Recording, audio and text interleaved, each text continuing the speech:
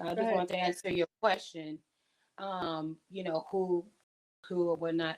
Kyle Rittenhouse was 17 years old, white boy that two or three black kids in Michigan during a protest. Yo, Kyle, if you come across my video by some chance, sue this woman. All right, they can't be out here playing with your name like this, especially when you have already gone through the court case. People can have their opinions, but to say that two or three black kids, hey, yo, what's goody? Thank you for checking out another episode. I am your host, Wavy. Hope you're starting off the week right. I don't know where you are located in the country, but this weather been getting to me. All right, just 2 days ago on Saturday, right? I'm in the Northeast. Just 2 days ago, it was like 85 degrees. Okay, then the very next day, it was 45 degrees. And then today, Monday, the highest it reached was about 50, 53 degrees or something like that. Like, what's up, man? That's why people end up sick every 2 days. And on top of that, allergy season gonna be starting. And the weather can't even make up if it's springtime or if it's still winter. Anyway, a big salute to you. And let's start grinding out this work week. I saw this clip going viral. All right, this is gonna be coming off of the heels of the Karmelo Anthony and Austin Metcalf situation. Everybody has something to say. It seems that a lot of people are having this discussion and it's centering primarily around race. I don't know what's going on, but people see this as an opportunity for black people to get even for some reason.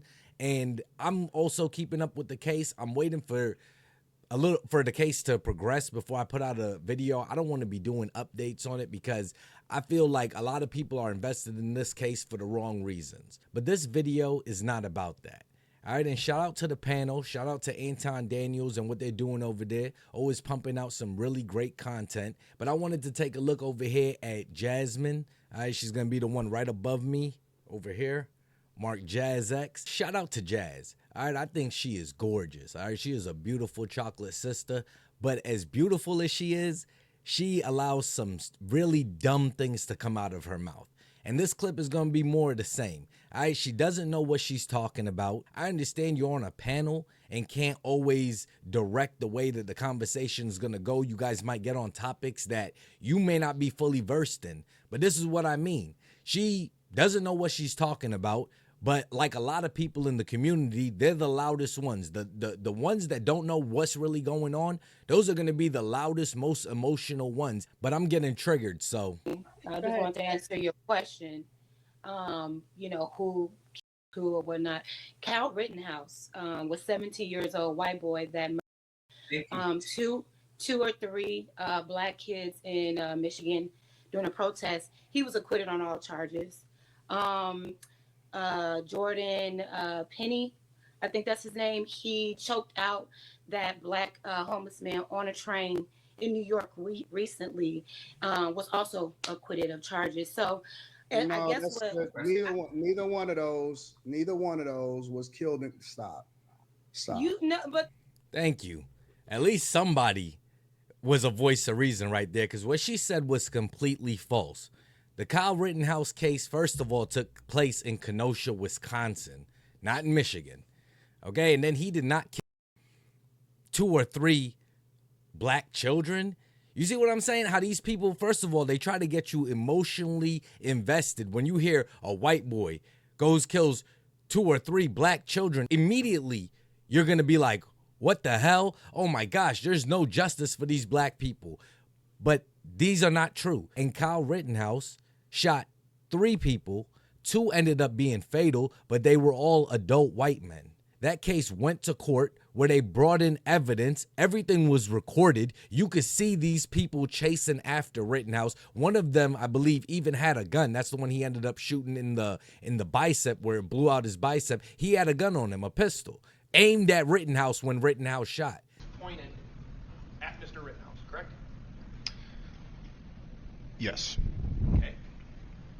When you were standing 3 to 5 feet from him with your arms up in the air, he never fired, right? Correct. It wasn't until you pointed your gun at him, advanced on him, with your gun, now your hands down, pointed at him, that he fired, right? Correct.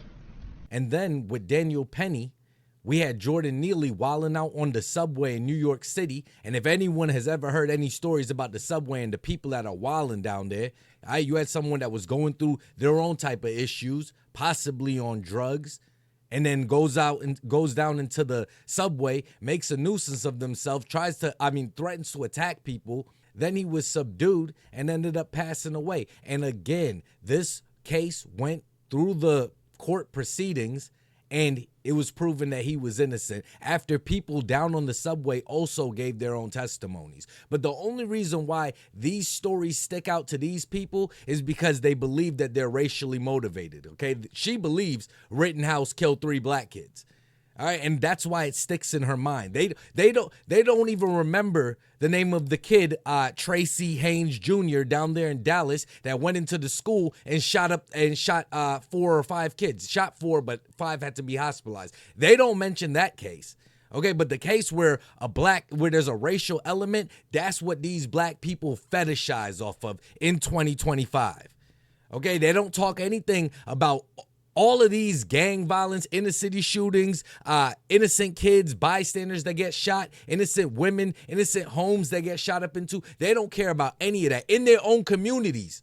Some of these people in their own cities, in the states that they live in. Okay, there will be that going on every single weekend.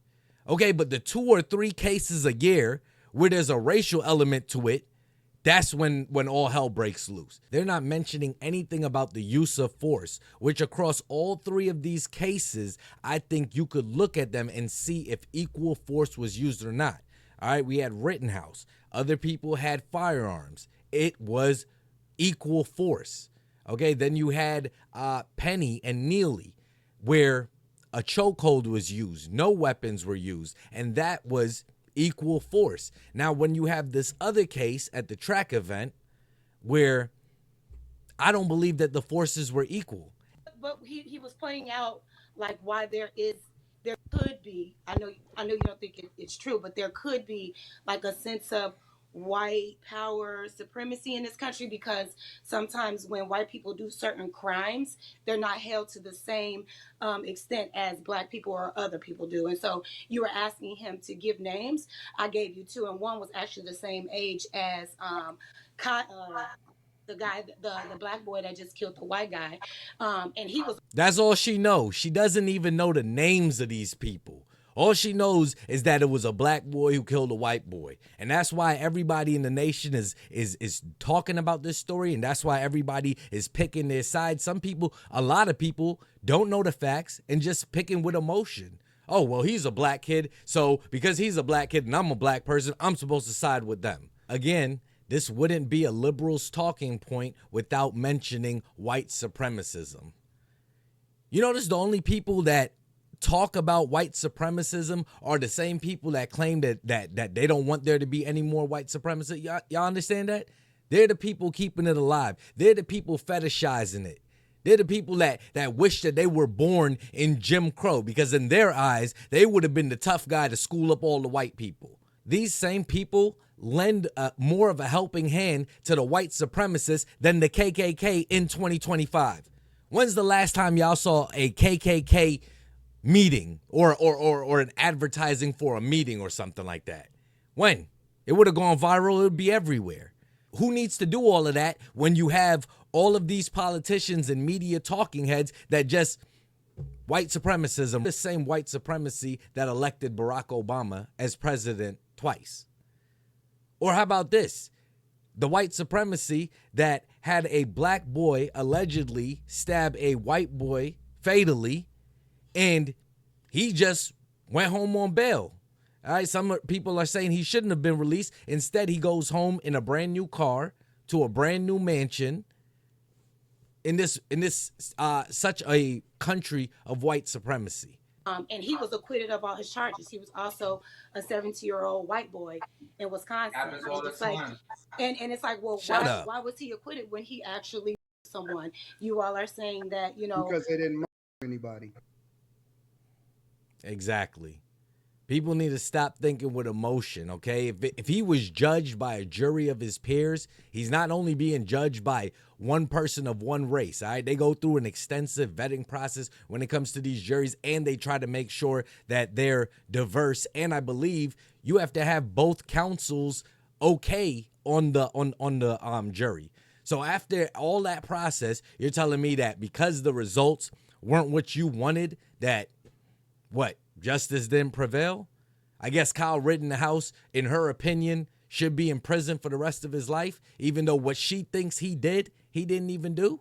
Her, like a lot of people I've seen over the past few weeks since this story originally broke about the track meet, I've seen people not even caring about the actual facts and evidence. They just care about the headlines. How it looked, a black boy, a white boy. Some people are just banding together to say that, hey, this is black people's win, because in their eyes, they believe that white people have had wins recently and all throughout history at the cost of black people's lives or freedom. And that's what a lot of them are saying. I don't have too much more to say on it. All right, the Anton Daniels show, they continue to put out good product, but this one, I mean, Jazz is going to do what she's going to do. Like I said, a beautiful young woman. But as beautiful as she is, she's very hard-headed and she's very loud. And a lot more times than not, when I've tuned in, she doesn't know what she's speaking about. All right, she's just speaking out of emotion. And you know what they say? Empty vessels make the most noise. And it's a shame because she plays into some of these stereotypes, but you got to appreciate that she's unapologetically herself. And for that, you know, I got to respect her for that. But I'm interested to know whatever you're thinking in the comments section. Till the next video, please be safe and stay wavy. Repetition is the father of learning.